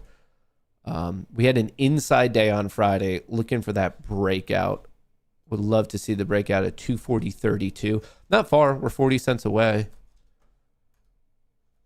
We're not far. It's not out of question. Here's a look for all the people who are interested in Tesla. The Delta is still dropping on the day. The strongest one I see is Avago, which is had this full alert giving a little bit back right now, but the strongest with respect to just large tech names. Yeah, Tesla's getting hit. Nvidia's doing nothing. Palantir's getting hit. Microsoft popped and is flat. Apple flat. Netflix flat. MSTR slightly down. Meta flat. Avago was the strong one. AMD is now picking up. So the other semiconductor names, AMD and Avago catching a bid while NVIDIA is not. Hood just got a little bit of a pop. IWM's not really doing much right now. IWM's not really doing a whole heck of a lot. A whole heck of a lot. What am I looking at? I've been in this play for a minute, dude. It's a bummer that wick was so close yet no cigar. So close yet no cigar. SPX, we are battling it out at that level. This 6615. Have any of these positions really changed throughout the day? You have some support at 6,600. You have a breakout at 6615, which is where we're at right now. If we can traverse this zone, then you're kind of watching 6640, 6645 on SPX. That is a call credit spread. It's an under bet for my sports bettors in here. It's equivalent to like the total score being under. They are betting. I could probably show you better with this. Here's the call credit spread. They sold the 6640 to the size of 9,000 and they bought the 6645. They profit if we conclude the day below 6640. That's how they get their max profit. Avago taking a little bit of a hit right now. Not the most stoked about that. Also not the most stoked about what I'm seeing here. The lack of follow through in NQ. That doesn't make me feel so good. But hey, Icarus knows what's up. If we've learned anything, it's not to question Icarus. But what I am nervous of is this a double top rejection and I happen to be long. That's what I'm trying to be a little bit mindful of. A little bit mindful of. Is this in reality a double top rejection? What happened right at 10:30? That was weird. Weird.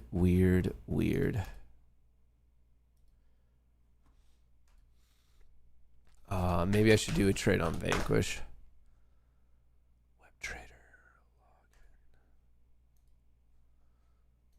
All right, let's just get this ready just in case.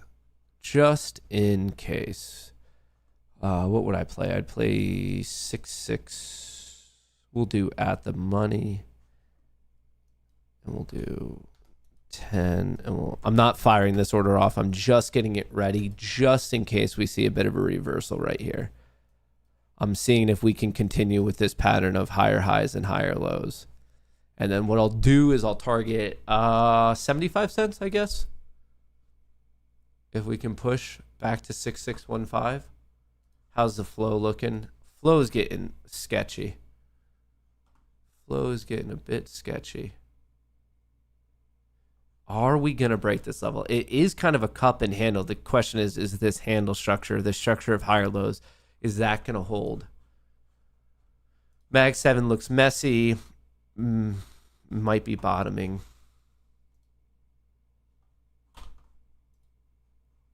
SPY leaving a little bit to be desired.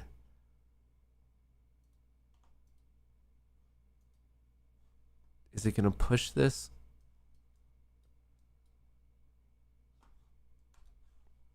Yeah, win in Rome.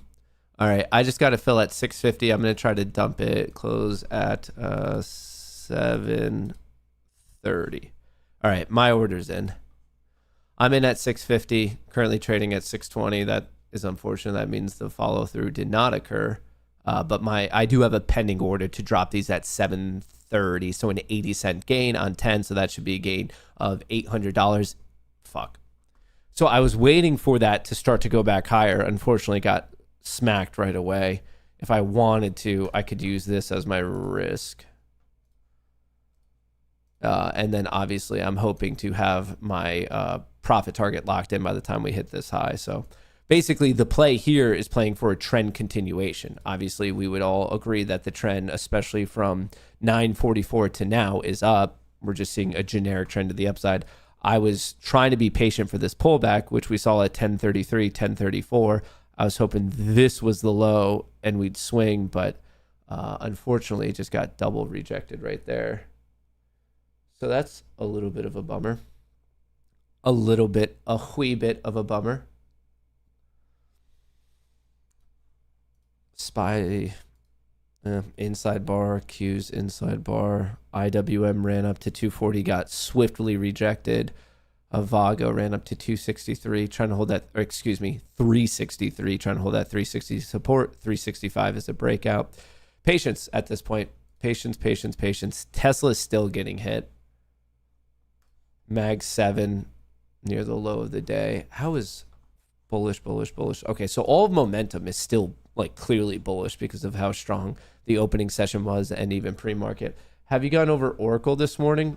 Not really. I didn't think that there was much to say.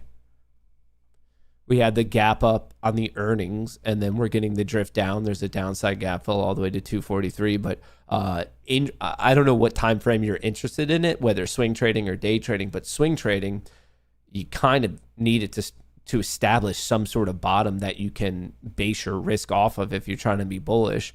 And then if you're bearish, you're probably trying to play this gap fill. But I think that's dangerous because the overall market's at a new all-time high. So as a swing trader, I don't see much of a trade.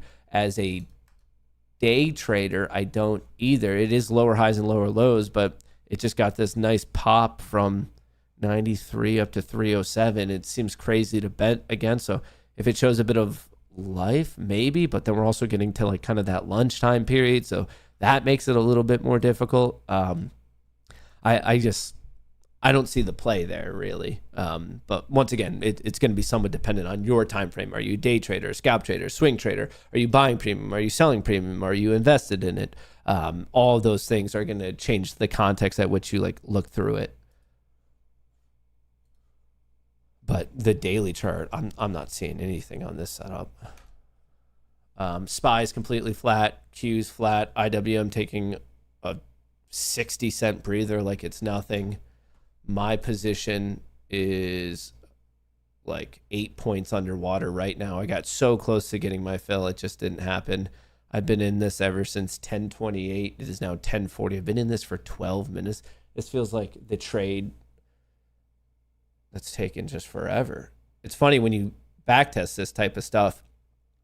Like you could see the bar and be like, oh, that took about 20 minutes to get a fill, because you're backtesting it and the backtest runs really fast. It doesn't feel like it, but to be in the trade in real time and actually like sit through all 20 minutes of it, you're like, what the fuck is going on? Is SPX waking up a little? Did I get my fill yet? No, I'm back to break even. I got in at 650. I'm trying to dump it at 730. I'm in break even. You can see I have unrealized P&L. I have no realized P&L. So I'm trying to lock in $800 here is my goal. I have 10 of them and I have an 80-cent gain already pending. So I'm hoping, I'm wishing, I'm hoping, I'm praying that on this push to 616 right here, 50, this recent high from 1034, that I could lock in. It's climbing. 450, I'm halfway there. Remember I said 800 is my goal. 800 is the goal. 450. Do I hear 500? Do I hear 500? Do I hear, like, if this can just hit in this next minute, it should get a fill. 400. Come on. I just need a little bit of a follow through and not another lower high. Part of me is paying attention to this structure right here, this downslope. Patience. 1042. Movement slowing down. Movement is definitely slowing down. Tesla's at 417. Support at 415. Palantir, Apple, Meta. Microsoft is knocking on the door of a technical breakout for anyone in Microsoft. Nvidia, nothing. Avago was looking good, no longer. Hood might get cracked here. Downside gap fill to 106. From a daily chart perspective, Microsoft is looking good. From an options flow perspective, Avago is looking the strongest, but has already, just given back how many dollars? $3. There is support at 360. I'd be hoping for a bit of a bounce there. Did this get a fill? We're almost at that breakout. I just want to get a fill. 650. We're so close. Remember, 750? Do I hear it? Lock it in. 800. Lock it in. Bada bing, bada. Ooh, it actually, due to slippage, I got a little bit more. $1,000 locked in. So that's enough for me there today. 1,000 buckaroos daily realized P&L. So I'm going to shut that down. And it looks like Icarus is, I might have spoken too soon. I was going to say Icarus is about to lock in as well, but I think I might have got a little too excited there. A little too excited. Come on, Icarus. Come on, Icarus. Come on, Icarus. You could do it, buddy. You could do it, Tonto. You trading Klarna? No, because it just IPO'd. I think if you're trading a recent IPO, you're just asking to lose money. I've never met a single trader who actively is just like ripping a new IPO and making money. And if you are doing it, you have a better shot of being bearish than you do bullish, because most of these IPOs, by the time they hit the public market, are overpriced and they hang out for a day or two and then they just get smashed. And there are countless examples. It is more likely than not that recent IPOs are way too overvalued. People get way too stoked and then they get hit.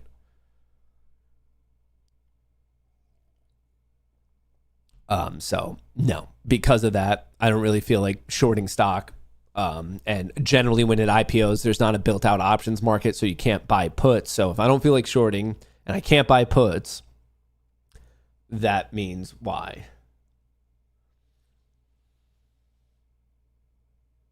Well, besides IPO, you think it's a good company? I don't know its fundamentals at all. On this show, like I do fundamental investing, but inherently to know the fundamentals of it, like you kind of need like multiple quarters of reports and stuff. And by the definition, it just IPO'd. We're not going to have that data. Of course, you have its like prospectus and whatnot, and its filing papers, but like we're not, just because it's now hit the market, you don't have multiple quarters to go through of, is it growing? Is it not growing? What's going on with its margins? How has the management team handled it? Remember, investing and trading, a lot of people think they're similar because they both happen in the stock market, but they're wildly different. The things you consider for an investment are way better, or way different, I should say, than trading. Why don't you buy puts? When something IPOs, the options chain isn't built out. The market makers don't offer options on it right away. So there's no calls or puts for most IPOs. So it's not that like I have some like moral issues with it. It's literally just not offered at first. It takes some time for the market makers to build out like what they want to offer. And it's based on demand of all the strikes and expirations and all that stuff. It's a demand problem. So if there's a huge amount of demand, they'll do it more rapidly. If there's a low amount of demand, they kind of get to it when they get to it. Fuck, dude. Is this the second time? It is the second time. It's the exact same level. How many people are selling it right there?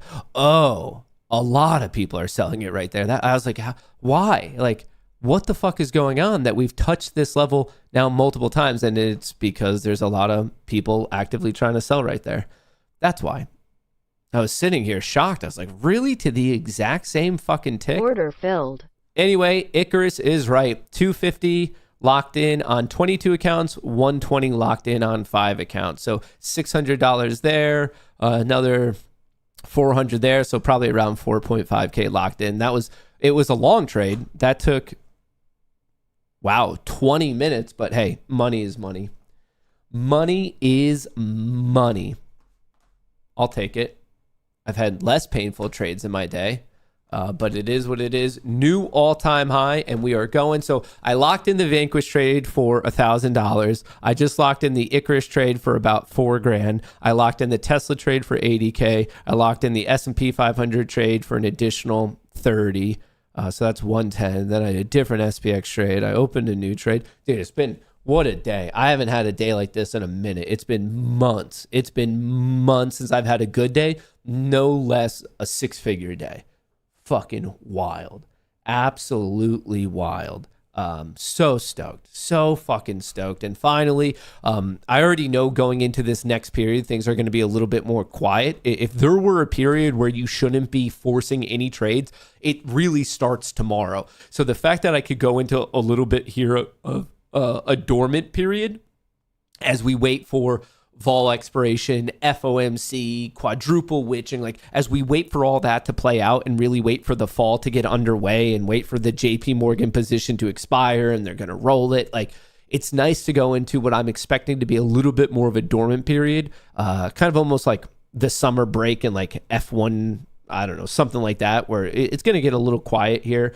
Not from news, and not even necessarily from price action. I'm talking about from just like reasonable opportunities to take advantage of. I don't want you to think, if anything, I actually think vol is going to expand. So I'm not trying to say like, oh, it's going to be boring. I'm just thinking that we're not going to get presented with reasonable opportunities, what I'm trying to say. So while I expect a week or two of no reasonable opportunity, and once again, I do think vol expands. I actually think we're going to see movements, and it's going to be more of like luck if you're on the right side of it. It's just nice going into it like with such a big win, my biggest win probably since April. I'm stoked. Dude, it's crazy how much it impacts your fucking dopamine, and I know it shouldn't. I know as a good trader, you should basically be very even keeled. You should be very calm and balanced, and like where just like, hey, the winning day. You always read that, you always hear that of like, oh, he knew he was a good trader when his emotional state, like, it wasn't impacted. Good days and bad days were all the same because he was following his system and they had trust in their system. Like, you hear that all the time, and I guess that's just not me, because like when I do shitty, I feel it. I get fucking depressed. I get angry. When I blow out my Apex accounts, I fucking smash my chair. And then when I win, like now, like, I don't know, like your brain just gets flooded with dopamine, which I assume all this shit is like very gambling-esque. So I'm not saying it's a good thing by any means. But I guess I'm also letting you in that I guess as a trader, I still have clear domains in which I need to grow and improve, because I'll be the first to tell you that, yeah, no, like my emotional state, my like daily opinion on the day, whether I'm elated or depressed, very much is dependent on my account. And I don't know. You're always told, like, that's always like the advice you get in the stories you hear of people. They just like, they're so stoic. They just don't care. Winning day, losing day. Like, they're all completely fine and they take it in stride. I'm just not there. And whether that's true or whether that's just a wives' tale, I don't know. But if it is true, if that's like what you have to do to be a good trader, I'm clearly not there. I'm definitely fucking not there, because on days like today, like you can feel it in your brain, like your hormones like literally change. Like you're just so fucking stoked.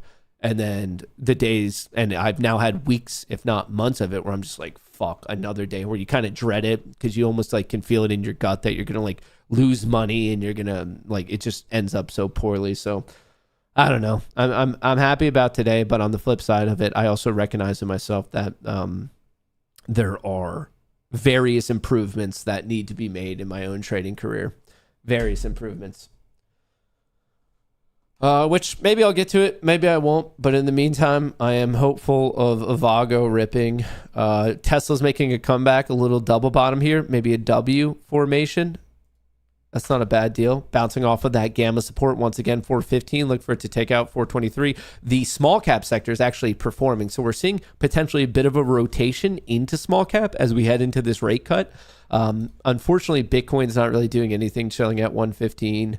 Palantir's taking a bit of a hit. Apple, I think actually daily chart looks decent. That was a bit of a sell-off, but I think the daily chart looks decent. Seemingly a pivot from money in NVIDIA to Broadcom and to AMD. How is AMD looking?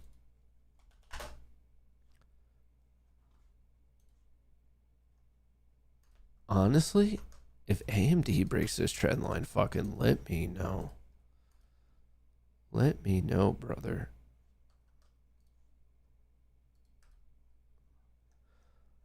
Yeah, someone will set alerts on this. I don't know when or won't, but that might be a nice pump, pulls back, lower highs, lower lows, but the overall trend is up. It's in the semiconductor world. We know that they're striking new business offerings. This patience, I think, is going to pay on AMD. I don't like the setup right now, but if some buyers start to step into this and we can break out of this accumulation and break 170, we might be talking 188, 200. So I'm not playing it right now, just to be completely transparent, but I have alerts set up just in case we see some nice movement there. Just in case we see some nice movement. Avago. Tesla nicely catching that bid. SPY going for another new all-time high. Folks, I mean, I'll check. I don't think there's much in the way. 40, you're talking 40 at this point. Where is it? Oops. Let me go to the 5 minute. Let me get rid of all this stuff so it's just not as confusing. Folks, if we hold this, I don't see another gamma level stopping it until 6640. So if you hold this and, hey, take advantage of it of however you want. But the next thing I see potentially tripping this up is all the way up here. We're at 6618. I think 6640. I mean, I'm showing it to you. We broke 6615, 30 to 40, with 40 being the biggest one. You have this call credit spread. That's why I'm marking it at 40. But even at minimum 30, like it, if you get that afternoon follow through, you're kind of talking about this region right up here. This still, we're close enough that it could be a fake out if it gets smacked right away, which is why you want to use a recent low. But if you're looking for like the question of like how much is the upside today, I don't see much stopping it until all the way up here, which is a 98 percentile play. And then shit actually theoretically could get really crazy. I think this is unlikely today. That's quite the stretch all the way up to 6670, but this is in play today, 6640. So I particularly don't have skin in the game for that right now. But if you do, ride the trend. Your goal is to get the meat of the moves. Your goal is not to top tick, to bottom tick. And when I say this, it's more of like I'm trying to repeat the mantra to myself, because sometimes you just need to every single day stop yourself from being emotional and follow your trade exactly how you know you should. And money is made from riding the trend, capturing the meat of the move. If it moves X percent and you can capture 60, 70, 80% of that move, you did your job and you move on to the next one. Your goal is not to bottom tick. Your goal is not to top tick. Very quickly, if you guys could help me out, remember to sign up for Public, free to download, free to sign up. Use that link because you're going to start out at a higher rebate tier. That's exactly where I'm doing all my option trading. I just think it's the best, because why would I not want to earn rebates? I cannot name another brokerage that gives you rebates. So if you want to mathematically just start improving your trading right away, check out Public, pinned to the top of chat in the description of the video. And what I like about them most is, in my humble opinion, they are the firm, the shop that really has just always had you, the retail traders, back more so than any other brokerage out there. Any other brokerage out there. The Qs are picking up once again. Is Icarus? I'm surprised Icarus. No, Icarus might get turned off here. Icarus might just be a one trade today, team. I don't know. It's almost lunch. Technically, it could trade. We'll find out. Tesla's going up. Where was Avago? I want to watch Avago. Palantir might be catching a bit of a bid. Like I said, the breakout on Palantir is 175. A break and hold of 175 on PLTR really does set up 185. So I just want to let you guys know about that. Currently trading at 168. So it's not that close, but I think it's worthwhile to pay attention to. Avago, I'm looking for the support at 360. Fingers crossed that it holds. Obviously, it was looking way better 30 minutes ago than right now, but let's see if it can find support. Tesla potentially double bottoming, trying to recapture maybe 422-ish. The breakout's 423. Apple catching a big bid. I like the daily chart. Meta popped, pulled back. Microsoft's going for the legit technical breakout. No ifs, ands, or buts. Microsoft, well, at this point, we might as well see the levels, just in case I'm invested in Microsoft. I don't currently have an active position, but I do have a lot of it in my long-term account. I have ever since like 2017. Where's it trading at? 512. That's a lot of resistance. If it can start to... there's a lot of resistance in this zone, like $20 above. So I really like the technicals. I like the price action. I like the accumulation. I like the odds of the distribution. It's just right now the structure. These are all walls it has to smash through. 520, 530, 535. And your big support is 500. I like the setup. I'm not in love with the risk reward. Is basically how I see Microsoft right now as an active trade. Of course, I like it as an investment because I'm still invested in it. But I'm not liking the risk reward opportunity, because remember, you have to assume half the time you're going to be wrong anyway. Half the time you're going to be wrong anyway. SPY, not convincingly breaking out quite yet, but the longer it can hold up here, it does increase the opportunity of this, the chances of this. So just see if it can hold that 15 level. Basically, you're begging the market, you're begging your fellow bulls to hold this breakout at 6615. You're begging. All right, are we missing any breaking news? Dude, this is fucking... I cracked up when I saw that. If you didn't, my apologies, but that tweet was for me.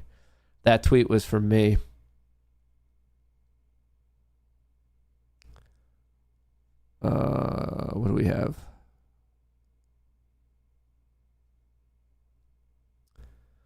Are we missing anything? Oh, dude, the lines. How long until Caleb Williams is kicked out of the league, man? The Bears, you guys are just... You haven't caught a lucky break ever since football was football, man.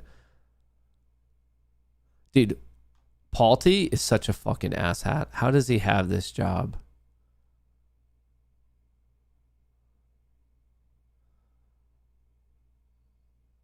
Tesla shooting for a gamma squeeze is the same week the Fed's going to cut. Where have I seen this before? Well, you kind of already saw the effect of it in pre-market trading on Tesla. You already saw the effect of it. Microsoft just got the breakout. Well, Godspeed if you're playing that one. Godspeed. I have skin in the game in terms of my retirement account, but I don't have an active trade on Microsoft right now. But I really do like the technical setup and the price action. Not in love with the options, but I also really like it as a long-term investment. Where was I? We're looking for any breaking news. Looking for any breaking news. Anything.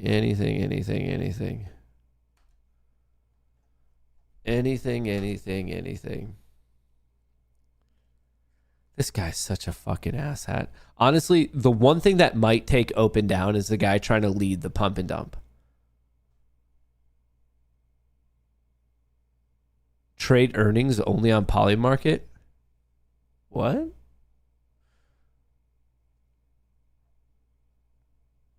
Are we missing anything else?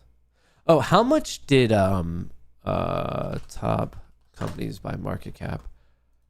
How much did Tesla skip people today? So Tesla is back in the top 10 now. Tesla currently worth $1.36 trillion. So back in the top 10, currently sitting at number 9, just behind Saudi Aramco, not a U.S. company. The U.S. company that it is sitting behind, which is a bit more, is 1.7 trillion, is Broadcom. But remember, there's a big difference between the top 4 and everything else. Nvidia, Microsoft, Apple, and Google are all at 3 trillion. Even Amazon 2.5, and then the drop off is pretty steep. By the time you go from number 1 to number 10, you're talking about a company that's worth almost a fourth of it. And that's the 10th most valuable company in the entire world, is a 10th of the number 1 company in the entire world. So like it does dramatically drop off. And even Nvidia is kind of in a league of its own. Nvidia down to Apple 1 to 3, we go from 4.2 to 3.5 trillion. There's almost $1 trillion differential. There's more than $1 trillion differential between Nvidia and Google. Like it goes and it goes real quick. Taiwan. Tencent is 15. That was the first Chinese company, followed by Alibaba, Samsung, ICBC, Agricultural Bank of China is number 31. ASML, Netherlands, Germany. Interesting. Well, market is looking strong. Tesla's recovering. Microsoft is pushing there. IWM looked like it wanted to break out, quadruple top there. Bitcoin's just kind of chilling at 114 and some change. I'm a little upset about that. But whatever the intraday high is on the SPY and the Qs, that is the new all-time high. Tesla, beautiful double bottom. Kind of range bound right now. You're looking for that breakout of 423. The next open interest level, the next gamma level is up at 430. Avago, I'm looking for 360 to hold. That is gamma support. I'm trying to think of anything. Microsoft, 520 is the next level. Robinhood's getting hit. Palantir's unfortunately getting hit. I am long on that, but hey, it is what it is. All right, so that's pretty much your breakdown. Friendly reminder, don't forget to sign up for Public. It is free. Whenever you guys engage with the partners of the show, it truly does help out. So if you guys want to, it is free to download. It is free to sign up. Just make sure to use that link pinned to the top of chat. That's what I have for you right now. We'll be posting an update video later on today, and then we'll be streaming once again tomorrow. In the meantime, if you want to hang out, I'll be in the Goonie Discord. That's in the description of the video. Your first month is free by using that link. And then other than that, obviously stick to your trading plan, respect your risk, and as always, Godspeed. That's what I have for you. Best of luck. I hope you make a shitload of money. I'm going to go party with my cat Piper for a little bit, and that's what I have for you. I'll catch you guys later. Peace.